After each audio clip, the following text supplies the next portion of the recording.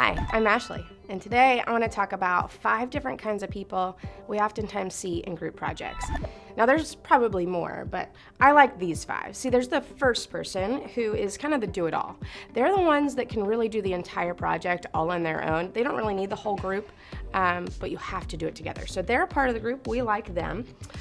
Then there's the assigner. And the assigner is somebody who doesn't want to do all the project, but likes to be in charge. So they're the ones that tell you where to be and who's doing what part of the project. We like them because it keeps the project moving. And then we have the follow along. They just want to be told what to do and when to do it. They don't want to think about it. So as long as you tell them what to do, they'll make sure it gets done. But we like them because we just get to tell them what to do. Now, we also have the do it together people. And these people just want to be with the people. So as long as there's music, the people, some snacks, we'll do the project, but we'll also have a lot of fun in the project. So we also like those. And then there's always the ghost. The ghost is a person who shows up for the first meeting. And then maybe you don't see them again for a really long time until you turn in the project. And when you turn in the project, they also show up and they get the same grade that you did, but no one really knows what they did in the project. That's the ghost. And we all have those in our group projects. Now, there might be more people in a group project, but these are the 5 that I typically see. And for me, I would be the assigner because I like to be in charge, but I don't want to do the whole project. And a lot of times we think that the assigner or the do-it-all are the stereotypical leaders, the people that are like, you are the leader of the group. But the cool thing about God is that he likes to use a bunch of people with a bunch of different skill sets to be leaders. And I think all 5 of these can be leaders.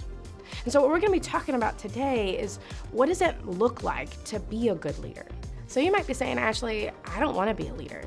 I don't like leading, and that's okay.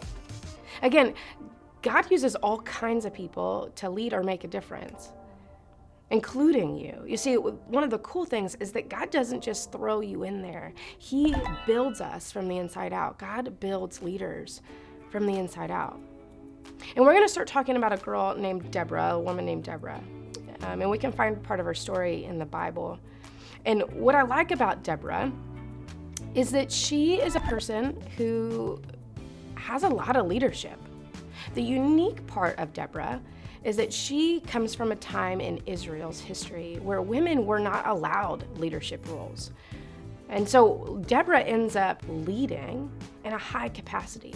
She is what they called a judge.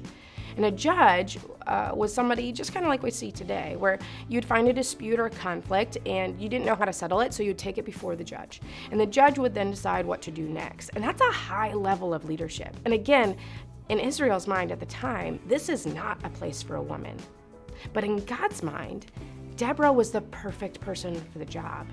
And so he called her up and gave her the unique position to lead in that high level.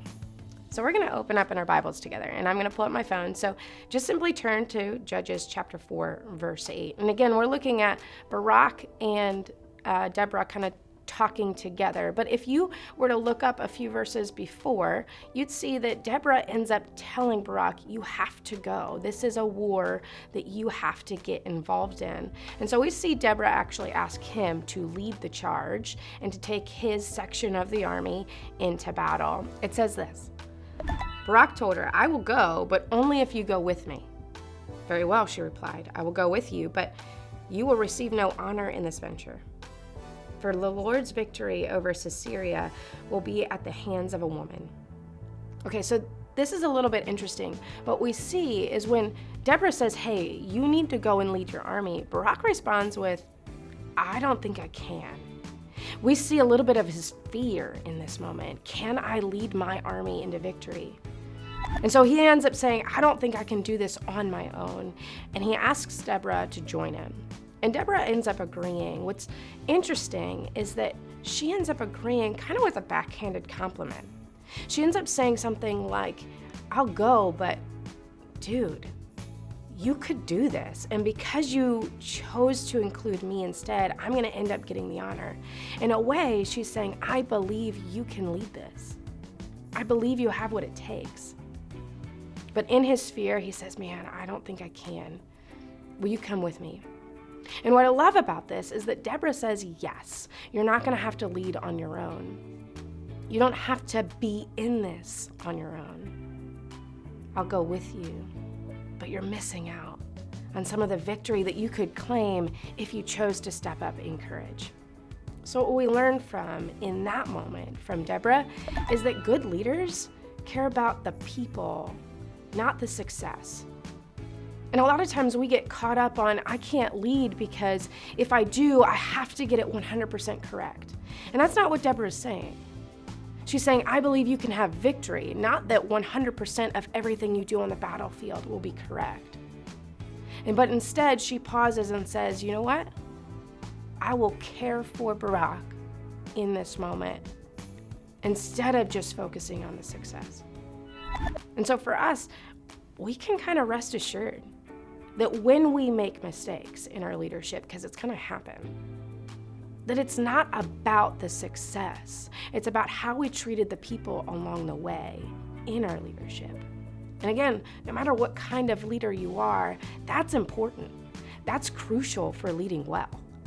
The last part that we can learn from Deborah is that good leaders lead others back to God.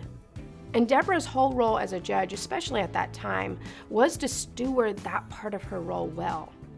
Is to say, how can I point others back to what God is asking us to do? How can we be wise with what we do and represent God well? And so Deborah's whole life built to this moment. And God gave her what it took to lead that part well. And again, to steward relationships with people instead of focusing on success, and to stand in confidence that God has given her what it takes. And so for us, that's where we're at. We may not be judges, but we still have people that we need to steward well. And we can still point others to God. And again, we have what it takes. God has given us what it takes to lead where we're at right now. So maybe for you, it's just simply praying in group today. And maybe that's going to take a bit of courage. Or maybe it's stepping up your leadership in a big way and leading in school or at home. And again, these are going to take courage. And it might be a little scary and a little uncomfortable, but I believe you have what it takes. And I believe that the way you impact others and care for others and point them back to God is important. And so today we're going to process a little bit more, and maybe you need to process with somebody at home, or maybe a group or your friends, and talk about how this impacts you. And maybe even you can do it together. Thanks for joining me. I'll see you next week.